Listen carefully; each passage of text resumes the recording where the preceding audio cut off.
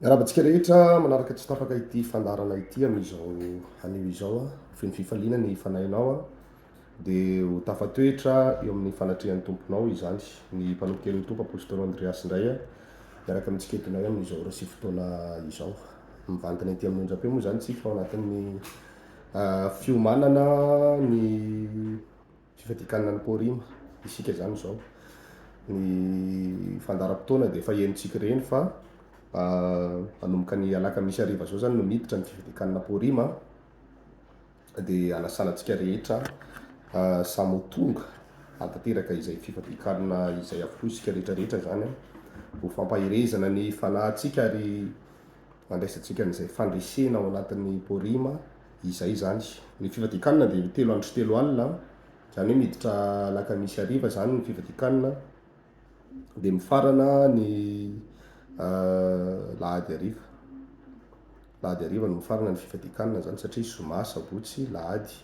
dia lahady miletika masoandro zany tapitra ny fifadikanana paorima. Mino fa velona avokoa ny fanahintsika rehetra ao anatin'ity fifadikanana ny paorima ity zany. Ka androany dia hitondra fampianarana mahakasika an'izay fifadikanana izay anasafantsika rehetra anaraka tsy tapaka n'ity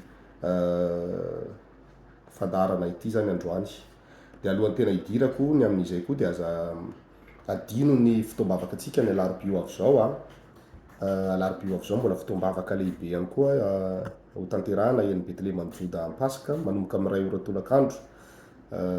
Hivavaka ho anareo foana ny mpanompon'Andriamanitra isaky ny alarobia hanao délivrance hanampy antsika ao anatin'izany rehetrarehetra izany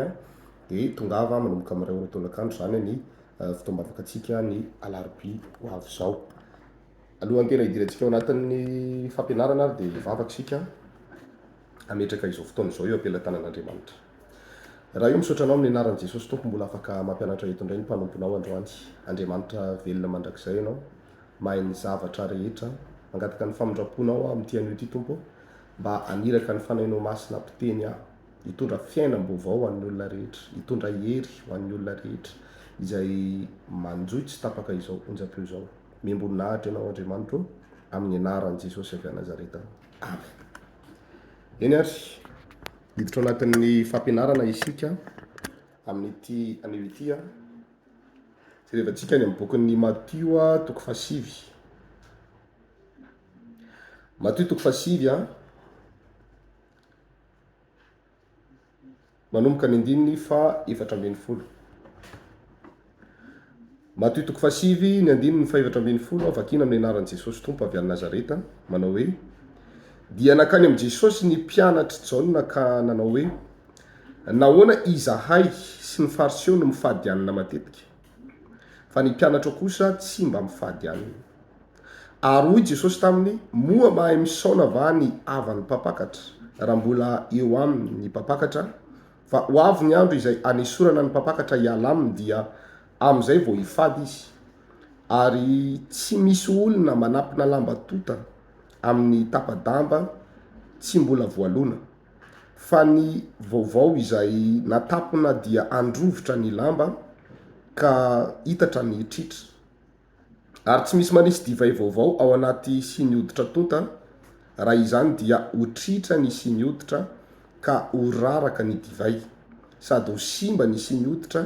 fa ny siny hoditra vaovao no asiany olona divay vaovao dia miara-maharitra izy roa. Amen. Eto zany dia miresaka mahakasika na fifadikanana, hevitra na fifadikanana moa zany tena resaka eto nanontany an Jesosy Tompo ny mpianatra Jaona anisan'izany ry Andrea maromaro zareo tao nanontany an Jesosy hoe: nahoana izahay sy ny fariseo no mifady anina matetika, satria efa toetra ny fariseo izay mihitsy ny lalàna fahiny zany hoe mifady anina matetika, fifadikanana matetika. Io moa efa nianarantsika tamin'ny sabata lasa teo iny hoe mila mihoatra ny fahamarinan'ny mpanora-dalàna sy ny fariseo ny fahamarinantsika, zay vao afaka hiditra amin'ny fanjakan'Andriamanitra zany isika. Nefa ny fariseo zany tia mifady anina, ankoatran'ireo fahamarinana rehetra izay tandremany na ny lalàn'Andriamanitra izay tandremany dia tena tia mifady anina ny fariseo. Dia isika zany mila mihoatra lavitra an'izany. tety moa nipetraka mihitsy ny fanontaniana hoe nahoana izahay mpianatra jauna sy ny fariseo a mifadianina matetika fa ny mpianatra ohatrany tsy mifadianina mihitsy ozy izy ny tompo de namaly moa zany ny tompo hoe moa mahay misaona avao izy izy ny avy mpapakatra raha mbola eo amin'ny mpapakatra fa ho avy ny andro izy izay anesorana ny mpapakatra ialaminy dia amin'izay vao hifady izy zany hoe ohatrany tehiteny zany tompo hoe raha mbola eto amin'ny mpianatra izy a de tsy hifadianina mihitsy aloha zany ny mpianatra avabe zany hoe raha mbola eo izy a de tsy hifadianina mihitsy aloha zany ny mpianatra fa amin'ny fotoana tsy eo ntsony ny tompo lay mpapakatra de anomboka hifadianina amin'izay ry zareo raha jerevantsika nefa zao vanim-potoana iainantsika zao zany a raha tamin'ny vanim-potoana nisin'ny tompo tety ambonin'ny tany zany a ohatrany hoe rariny zany ny mpianatra raha ohatra ka tsy mifadianina tamin'izany fotoana zany na azo tombony kokory zareo satria ny tompo efa eo amindry zareo de tsy nila ny fadianina ntsony zany fa ampy ho andry zareo ny fisin'ny tompo teo aminy dia raha misy zavatra angatahana de ny tompo mangataka mivantana amin'Andriamanitra de tsy nisy olana mihitsy raha misy devoly de ny tompo mandrava ny herin'le devoly de tsy nisy olana mihitsy zany hoe tsy nifadianina mihitsy zany ny mpianatra ny tompo raha mbola teo izy fa hoy ny tenen'i Jesosy hoe ho avy ny andro izy zany esorana ny mpapakatra hiala amin'zareo de amin'izany fotoana zany vao hifadiana izy de jereo tsara ny zavatra mitranga zany ankehitriny fa ny tompo efa lasa niakatra ny an-danitra izy no mpapakatra miandra ny fotoana ampakarany antsika zany ny tompo ka izy lasa ny an-danitra io zany efa fotoana ifadiana hanina am'izay zany am'izao ora sy fotoana zao raha lasa nabavy fotoana tena hoe hitrandrahana an'izany resaka fifadikanina zany am'izao fotoana izao tsy hoe ny tompo tsy miaraka amintsika fa izy any an-danitra izy no mipetraka fa momba atsika sy manampy atsika ety ambonin'ny tany fa tamin'ny vanim-potoana ny apôstôly fahiny a miaraka mipetraka amin'ireo miaraka mifo miaraka matory miaraka mandeha makery miaraka mivavaka miara-miaina hita maso isan'andro fa ny atsika amin'ny aty am'izao vanim-potoana atsika izao zany a efa fanano hitatsika mivavaka tsika de mahita azy maso fa tsy isan'andro fa arakaraka n'ilay zavatra mitranga io zany sy arakaraka ny herim-bavaka ao arakaraka ny fahamasinanao ka raha jerevana zany zao vanim-potoana iainantsika zao a de vanim-potoana ny fifadikaniny zao raha lasa nabavy ny olona mety miteny hoe tsy mila mifadianiny zany vao miaino Andriamanitra tsy mila mifadianiny zany vao mahazo valim-bavaka diso zany ny resaka fifadikanina ne tsy resaka hoe angatahana valim-bavaka ihany vao mifadianina ny resaka fifadikanina ne tsy hoe hitolomana zavatra na ina koa re zany ilazanan'izany hoe manana problème enao vao mifadianina zany ange ny akamaroany ny olona ny fadiny hanina rehefa tototro ny olana izy vao mifadianina ditanao ny sainy a tototro ny olana mavesatry ny olana mifadianina ihany koa izy rehefa avy eo a de lasa mitambesatra be amin'le izy fa ny tena marina ny fifadikanina tsy voatery hoe manana olana ianao vao mifadianina tsy voatery hoe misy zavatra ilainao amin'Andriamanitra mifadianina fa ny fifadikanina zany raha jerevana zao ny mpianatra jauna de efa mpifadianina mihitsy zareo efa mifadianina matetika efa fiainana mihitsy ke zany raha lasa nabavy ity fifadikanina ity ho an'ny mpanompon'Andriamanitra fa ny mpanompon'Andriamanitra manakina anao amina resaka fifadikanina za tena samilaza hoe tsisy Andriamanitra miaraka amin'izany mpanompo zany satria nahoana manakana anao hifadianina nefa ny fifadikanina no anisan'ny hery lehibe indrindra mampiverina ny ara-panahin'ny olona aingana eo anatrehan'Andriamanitra atsapamin'ny olona an'izany aim-panahy zany rehefa mivavaka ianao ke raha nabavy raha vao sakafo be anao teneniko anao zany fa maina ny fanahinao tena mariny zany de ny fifadikanina nefa no afahana mamerina aingana ny aim-panahy hitanareo rehefa le mivavaka de ohatrany tsy matsapa ninina fa maimaina be zany ianao rehefa mivavaka maimaina be ianao rehefa mivavaka ny olana am'ireny a tsy ampy le fifadikanina de ny olana am'ireny olona ireny koa isaky ny manana olana ihany izy vao mifadianina fa ny fifadikanina raha lasa nabavy tokony atao fiainana mihitsy ny fifadikanina ny tompo raha teo moa efa niditra amin'ny voninahiny a efa fotoana zany zao ifaditsika hanina satria ny tompo efa tsy ohatsony le mpapakatra fa miandro fotoana fotsiny sisy izy ampakarana atsika de tsika zany mila mifadianina am'izay am'izao ka raha manontany ianao hoe rovina ny fotoana azo ifadiana hanina zao ianao mandrea zao de efa afaka miditra afaka miaina afaka manova fiainana indray a ho lasa olo ny fifadian-kanina zay ny teboka voalohany faharoa de izao ilay fanoharina anankiray nataon'ny tompo manao hoe tsy misy olona manampina lamba tota amin'ny tapadamba tsy mbola nalona, fa ny vaovao zay natapina ozy izy dia androvotra ny lamba ka hitatra ny tritra. Zany hoe tsy mety zany ozy ny tompo raha ohatra ka maka ohatra hoe misy rideau ohatra ao an-trano na misy lambam-pandriana ohatra, de goka lay lamba na rovotra lay lamba na goka mihitsy zany de iny anao fa nandeha nividy lamba any an-tsena mitovitovy amin'iny rideau anao iny na lay drap-pandriana iny a, de nitapenana lay izy, de ny zavatra hitranga am'izay fotoana izay ozy ny tompo ilay lamba vaovao iny androvotra n'lay lamba tota raha iny no atapina io. Zay zany niendrikendriky ilay tontolon'ny fifadikaniny zay fanoharany zay. De mbola niteny ndray koa izy manao hoe tsy mety raha maka ny sinioditra tota asiana divay vaovao fa tsy maintsy sinioditra vaovao foana no asiana divay vaovao, amin'izay samy maharitra izy anankiroa. Ohatr'izay koa niendrikendriky ny fifadikaniny zay. Zany hoe isika zany amin'ny fifadikanina io misy fanavaozana be foana ao anatin'ny fifadikanina. Isaky ny fady ihany ianao de miavao foana ity tenatsika ity, hoarin'ny tompo amina sinioditra zany ny tenatsika. De ny divay de ny fahasoavan'Andriamanitra, ny fahatsaran'Andriamanitra, ny fanahy masin'Andriamanitra, ny zavatra tsara omen'Andriamanitra atsika, na herin'Andriamanitra izany. De ity vatatenatsika ity no sinioditra amin'ny fotoana tota be mihitsy ilay sinioditra, mialatsiny fa zay le fanoharana. Amin'ny fotoana tota be mihitsy ilay sinioditra de ny zavatra hitranga am'izay ora sy fotoana izay tsy mety asiana divay vaovao ao anatin'ilay sinioditra. Zany ane raha lasanabavy no mahatonga atsika tsy misy fiovana mihitsy ny fiainantsika sy ny toe-panahintsika, satria nahoana ilay sinioditra tota mihitsy ny tsy mazaka n'lay valimbavaka, tsy mazaka n'lay fiasan'ny herin'Andriamanitra vaovao. Fa raha te hiaina amin'ny zava-baovao ianao, raha te hahita fiainam-baovao ianao, avaozy ilay sinioditra, ataovy sinioditra vaovao. Ahoana moa fomba hanavaozana azy? Amin'ny alalan'ny fifadikanana. Raha jerevanao ny soramandro eo ambony eo eo amin'ny toko 7:5 misy soramandro hoe ny niatsona ny Matio sy ny fanasana nataony tao an-tranony ary ny toro-teny nataony Jesosy ny amin'ny fifadikanana. Zany hoe miresaka mahakasika ny fifadikanana izy ny amin'ity resaka sinioditra tota sy sinioditra vaovao ty, na lamba tota sy lamba vaovao ty. Tsy mety zany raha hoe tapitapenana le izy, tapitapenana amboamboarina tsy zany, fa mila avaozona mihitsy. Ohatrany tehiteny ny tompo hoe rehefa rovotra le rideau tonga de esory, fa tsy hoe tapenana amina lamba vaovao ndray, tsy zany ny fanaovana azy, fa lasa le lamba vaovao mandrovotra. Hitanao tsara le izy mandrovotra n'lay lamba tota. Zany ny fiainan'ny akamaroan'ny kristianina am'izao fotoana izao. Tereny fotsiny Andriamanitra hoe Andriamanitra valio ty vavako ty, ampiasao afeno hery, atoano ataovy an'izao. Tereny fotsiny zany hoe ilay izy mbola le lamba tota de alaina fotsiny le lamba vaovao de terena apetaka eo, anapenana n'le goka. Ao anatina problème izy amin'io de terena fotsiny lamba vaovao, tapeno ty goka be ty, fa ao ty olana ty, nefa ilain'Andriamanitra ny fanavaozana. Mila fanavaozana Andriamanitra. Amin'ny alalan'ny inona no hanavaozana an'ilay sinioditra tonta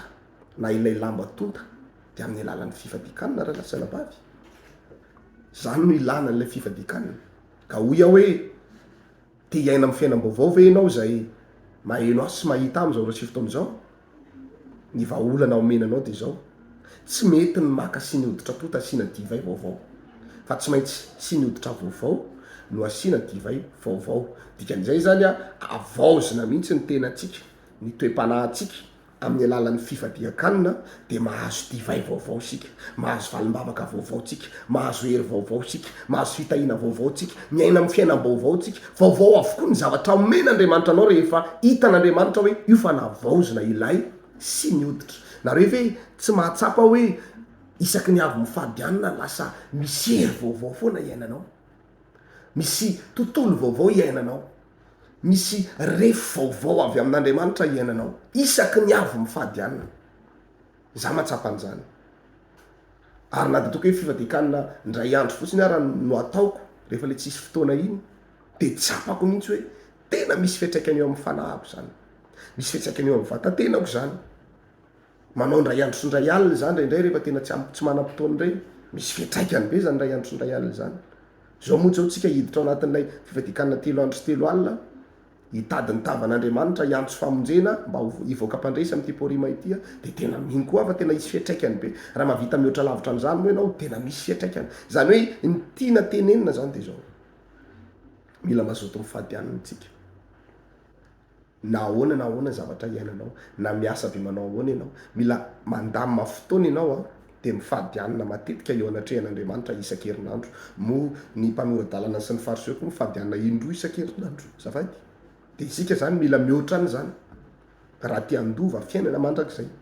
ny resaka fifadikanana zany hoe tsy resaka fitrandrahana fotsiny tsy resaka hoe fangatahana valim-bavaka fotsiny fa fitezana ara-panahy mihitsy io voalohany zay de faharoa ahafahana mandova ny lanitra satria ny fitiavana mifadianina mihoatra ny mpanoradalana sy ny fariseo akoatra ny fahamarinana zay tandremana de ahafahantsika miditra mifanjakan'ny lanitra mandrakizay manomboka androany te izao ny fanahanao ny mpanompon'Andriamanitra nahitaka an'izao na de ataoko hoe tsy mbola hoe goavana be ohatran'ny ny hafa fa mbola vao miainga kely amin'ny fanompona de fitiavana mifadianina ary za miny fa reny mpanompon'Andriamanitra rehetra hitanareo reny mandainga angamba zay milaza fa tsy nifadianina zany fa samy nifadianina avokoa ireny mpanompon'Andriamanitra reny eo ny fifadikanina tsy fidiny noho ny tsy fisikanina sy tsy fananana eo ny hoe fitrandrahana mihitsy tamin'ny fiangonana kristiana miara-mivavaka zao de tena milaza aminareo fa tena fifadikanina no nanorenana ny fiangonana fototra nyty fiangonana ity de fifadikanina avokoa tao anaty fifadikanina avokoa ny révélation rehetra taizana fifadikanina izahay ary tena tia mifadianina ny fifadikanina ataontsika io manova ny toe-batanao io ohatrany hoe manavao foana ny any anatinao any zany manatsara ny vavony ny tova ny tare miketrona rehetrarehetra reny kerikerotra rehetrarehetra reny amboary ny fifadikanina tsara mihitsy reny ie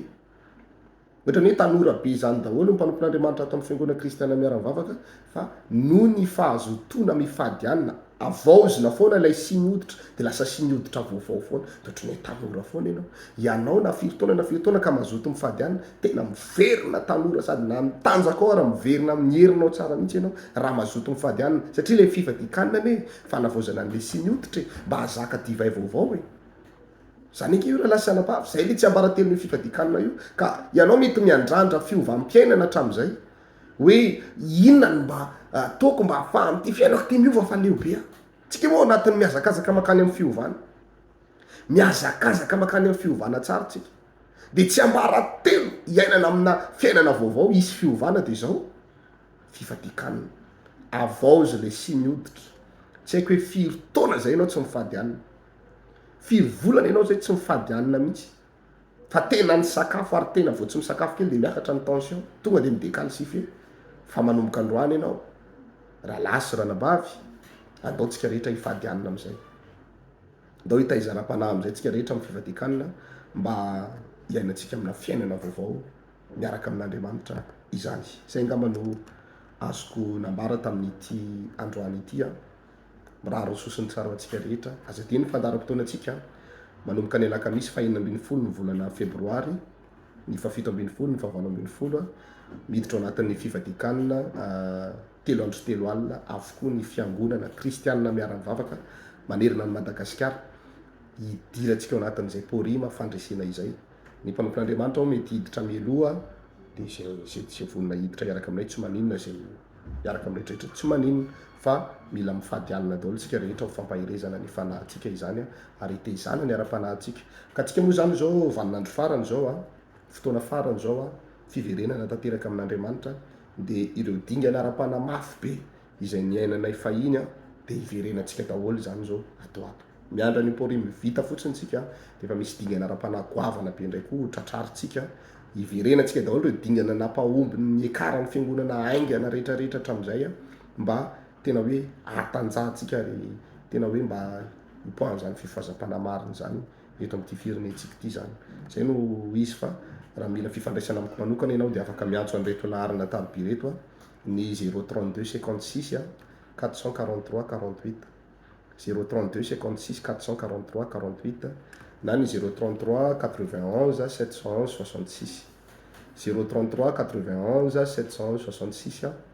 farany a ny 034 92 543 76 034 92 543 76 reo ny ilarina taroby reo a afahanao mifandray amiko a afaka miantso ianao na mandefa SMS ao anatin'izany tsy manina vonina amaly anao ho an'izay voavaly indraindray koa ao anatina asa sotra zany de indraindray mety misy tsy voavaly ihany tsika fa afaka mangataka vavaka na misy zavatra notaninao de miezaka za mamaly io foana ao anatin'ny 3 andro atoato aloha zany zay mety hiditra fanamasina tena kely aka mety tsy ho azonareo matetika fa de fanampy foana tsika eto amin'ny onjam-peo tsika afaka miresaka foana sy miona foana eto fa de zay no izy a de hisaotra ny tombotsika ny am'izay fampianaran'izay raha io misaotra anao amin'ny anaran'i Jesosy tanteraka somatsara ny afatra teto matoky fa miasa ianao a ary mitondra hery ho an'ny olona izany afatra izany tampianatra an'izy ireo ny tokony hanavaozana indray ilay Siny Hoditra matoky fa efa manomana divay vaovao anay tsirairay avy ianao amin'ny alalany izay fampianarana izay misandrata amin'ny avy indrindra tompoaringana ny teninao tsy hiverina foana fa de tanteraka ny sitraponao ary ho ambinina aminay tsirairay avy zany amin'ny anaran'i Jesosy Tompo avy any Nazareta misaotra raha io amen. Tahin'Andriamanitra daholo tsika rehetra